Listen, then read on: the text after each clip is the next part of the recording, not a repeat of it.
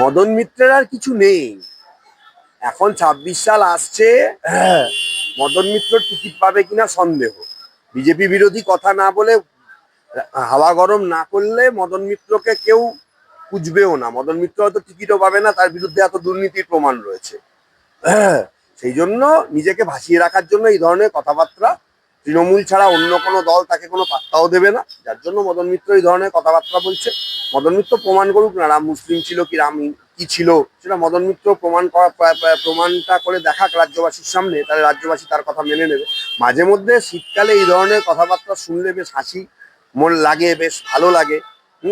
শিক্ষিত সমাজ আর কি করবে, কারণ মুখ্যমন্ত্রী বলছে ঘুগনি বেচো, হ্যাঁ, চপ বেচো, আর হচ্ছে যে তিনি আর আর তার দলের মন্ত্রী বলছেন রাম মুসলিম ছিল। ভালো লাগে তৃণমূলের এই ধরনের পাগলের প্রলাপ দেখতে, ভালো লাগে। কারণ এইভাবে করে করেই তো এতদিন রাজ্যটাকে তারা চালিয়েছেন।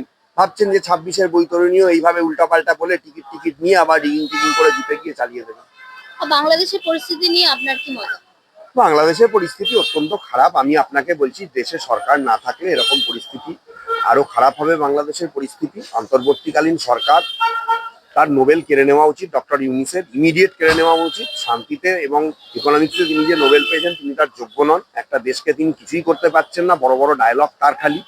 এবং সব থেকে বড় ব্যাপার হচ্ছে যে যারা নিজের দেশের জন্মদাতাকে সম্মান করতে পারে না, নিজের দেশের জন্মদাতাকে নাম এবং নিশান যারা মিটিয়ে দিতে চায়, তাদের স্থান যে কোথায় হবে সেটা আমি জানি না। হয়তো ভবিষ্যৎ সেটা ঠিক করবে। তবে এই একটা কথা বলতে পারি,